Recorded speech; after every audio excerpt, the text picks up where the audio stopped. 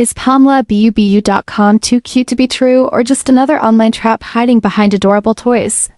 If you've stumbled across their quirky Labubu blind boxes and colorful collectible figures, you've probably felt that instant urge to buy, but don't let the cuteness blind you. In this video, we dig deep into PomLabubu.com to separate fact from fiction and give you the full picture before you spend a single rupee or dollar. At first glance, the site feels like a collector's dream come true. Playful designs, limited edition drops, and vibrant characters that seem perfect for any toy shelf. But the deeper we looked, the more red flags started to pop up. For starters, a WA domain check revealed that PomLabubu.com was registered only in 2025, making it extremely new with no online reputation to back it up. There's no About Us page, no company background, no physical address, and no transparency about who's actually behind the brand. That's a major trust issue.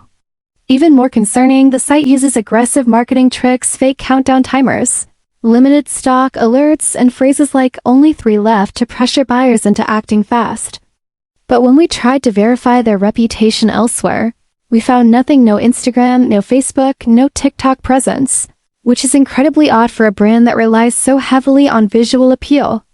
Plus, the 5-star reviews on the site feel suspiciously perfect, with customer photos that look reused or copied from other platforms.